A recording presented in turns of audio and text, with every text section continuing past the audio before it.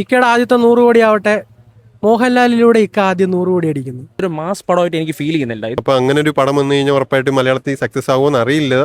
രണ്ട് ഫാൻസും എന്തായാലും പടം ഡീഗ്രേഡ് ചെയ്യത്തില്ല, അത് ഉറപ്പാ. മാറി മറിയോ എന്നൊക്കെ കണ്ടു തന്നെ അറിയണം. മോഹൻലാലും മമ്മൂട്ടിയും ഒന്നിക്കുന്ന മലയാളത്തിന്റെ ഏറ്റവും വലിയ സിനിമ സംഭവിക്കുന്നു, ദ മോസ്റ്റ് അവൈറ്റഡ് പേട്രിയോട്ട്. അപ്പോൾ സിനിമയെ പറ്റി കൂടുതലൊന്നും പറയാനില്ല, പെട്ടെന്ന് നമുക്ക് പ്രതീക്ഷ എന്താണെന്നൊന്ന് ചോദിച്ചു നോക്കാം.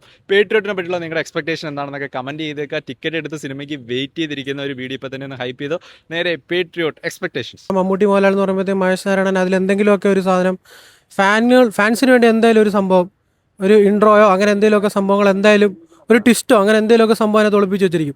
ഇതിനകത്ത് ആകെ ഒരു സമാധാനം എന്ന് പറഞ്ഞു കഴിഞ്ഞാൽ മമ്മൂട്ടി ഫാൻസ് മോഹൻലാലിൻ്റെ പടം എന്ന രീതിയിൽ അതിനെ ഡീഗ്രേഡും ചെയ്യത്തില്ല.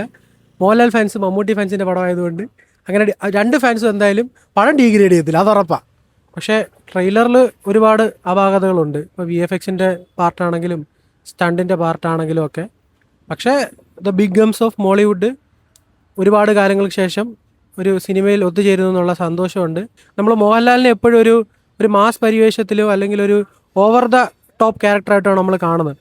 അപ്പം മോഹൻലാൽ ശരിക്കും ഒരു കണ്ടന്റ് ഓറിയൻറ്റഡ് പടത്തിൽ, അതൊരു ലാർജ് സ്കെയിൽ പടത്തിൽ വരുമ്പോഴത്തേക്കും എങ്ങനെയാണെന്നുള്ളത് പ്രേക്ഷകർക്ക് അനുഭവിക്കാൻ പറ്റുമെന്ന് നമ്മൾ വിചാരിക്കുന്നു. അങ്ങനെയാണ് ശരിക്കും പറയുന്നത്. മോഹൻലാൽ മുണ്ടെടുത്ത് വന്നാലേ ആൾക്കാർ ഇതുവരെ സ്വീകരിച്ചിട്ടുള്ളൂ.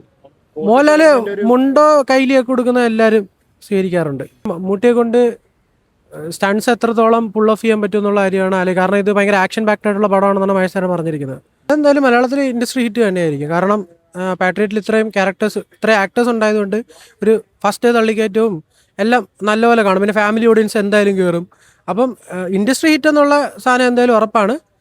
പക്ഷേ കളക്ഷൻ്റെ കാര്യം നമുക്ക് അറിഞ്ഞുകൂടാ. പിന്നെ ഇക്കയുടെ ആദ്യത്തെ 100 കോടി ആവട്ടെ, മോഹൻലാലിലൂടെ ഇക്ക ആദ്യം 100 കോടി അടിക്കുന്നു. ഹൈപ്പ് ഞാൻ കൊടുക്കുന്നില്ല, ആദ്യമൊക്കെ ഉണ്ടായിരുന്നു. ഇപ്പം ഇത്തിരി ലോ ആണ്. കാരണം പ്രതീക്ഷ വെച്ചിട്ട് എന്തെങ്കിലും പാളിപ്പോയാലോ എന്ന് വിചാരിച്ചിട്ട് ഞാൻ വലിയ പ്രതീക്ഷ കൊടുക്കുന്നില്ല. എന്തായാലും മഹേഷ് നാരായണൻ പടമാണ്, അപ്പോൾ എന്തായാലും ഒരു ക്വാളിറ്റി എന്തായാലും കാണും. പിന്നെ ഒരു വെറൈറ്റി പടമായിരിക്കും എന്നാണ് തോന്നുന്നത്.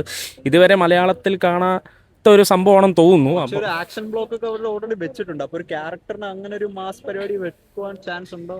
എനിക്ക് അങ്ങനെ തോന്നുന്നില്ല. കാരണം എനിക്ക് ട്രെയിലർ കണ്ടപ്പോൾ ഞാൻ മനസ്സിലാക്കിയത് ഒരു മാസ് പടമായിട്ട് എനിക്ക് ഫീൽ ചെയ്യുന്നില്ല. ഇതൊരു പക്ക ഒരു മഹേഷ് നാരായണൻ പടമായിട്ടാണ് എനിക്ക് തോന്നുന്നത്. അങ്ങനെ പേട്രിയോട്ടിന്റെ ഒരു എക്സ്പെക്ടേഷൻ എന്താണ്? ബ്രോ അതിന്റെ ട്രെയിലർ കണ്ടപ്പോൾ ഭയങ്കര ഒരു ബിഗ് ബഡ്ജറ്റ് പടമായിട്ട് ഫീൽ ചെയ്ത്, പക്ഷേ ഒരു കണ്ടന്റ് ഓറിയന്റഡ് പടമാണ്. അപ്പോൾ അങ്ങനെ ഒരു പടം വന്നു കഴിഞ്ഞാൽ ഉറപ്പായിട്ട് മലയാളത്തിൽ സക്സസ് ആവുമെന്ന് അറിയില്ല.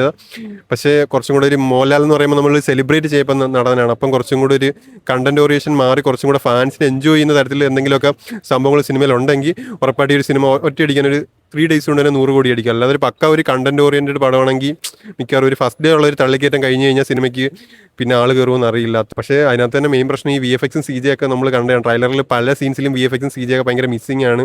ഒന്നും അത്ര മമ്മൂക്കയുടെ ചില സീൻസൊക്കെ ഞാൻ പിന്നെ പറയണ്ട, അതിൻ്റെ ട്രെയിലറിൻ്റെ അടിക്കാൻ ഇഷ്ടംപോലെ കമൻസും കാര്യങ്ങളൊക്കെ വന്നിട്ടുണ്ട്. അത് തന്നെ ഒട്ടും എഡിറ്റർ കുറച്ചും കൂടെ ഒക്കെ ഇനിയിപ്പോൾ അവർ ഫൈനലോട്ട് ഇറക്കുമ്പോൾ കുറച്ചും കൂടെ അവർ ബെറ്ററാക്കി ഇറക്കുമായിരിക്കും. ഞാനാണ് ബാക്കിയുള്ള പടങ്ങളൊക്കെ വെച്ച് കമ്പയർ ചെയ്യുമ്പം മാലിക്കിൽ മാത്രമേ എനിക്ക് കുറച്ച് ഗൂസ് ബോംസ് ഒക്കെ അടിച്ചിട്ടുള്ളൂ. ബാക്കി സിനിമയിലൊന്നും അത്രയ്ക്ക് എല്ലാം പക്ക കണ്ടന്റ് ഓറിയന്റഡ് പടമാണ്. അപ്പോൾ അതുകൊണ്ട് എനിക്ക് അങ്ങനെ ഫീൽ ചെയ്തില്ല. അപ്പം ലാലേട്ടനും മമ്മൂക്കയും തമ്മിലുള്ള അങ്ങനെയുള്ള ഗൂസ് ബോംസ് മൊമെന്റ്സ് ഉണ്ടെങ്കിൽ ആ ഒരു മൊമെന്റിന് വേണ്ടി ചിലപ്പം പടം അത്ര ക്ലിക്ക് ആവുമായിരിക്കും. മഹേഷ് നാരായണന്റെ പടം എന്ന് പറയുമ്പോൾ അത് നമുക്കൊരു മോശമാവില്ല എന്ന് പ്രതീക്ഷിക്കുന്നുണ്ട്. ട്രെയിലേഴ്സ് ഒക്കെ കാണുമ്പോൾ മനസ്സിലാവും അവർക്ക് തമ്മിലൊരു ഫൈറ്റ്സ് കാര്യങ്ങളൊക്കെ അവർ ഒന്നിച്ച് വരുമ്പോൾ അവർക്ക് ഒരേ സൈഡിൽ അവർ നിൽക്കുമ്പോഴുള്ള പ്രതീക്ഷയുണ്ട്.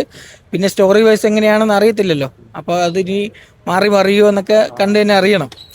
പ്രതീക്ഷിക്കുന്നുണ്ട് ഇൻഡസ്ട്രിയൽ ഹിറ്റ്. ഇപ്പോൾ വാഴ പുതിയ ഇൻഡസ്ട്രിയൽ ഹിറ്റായി.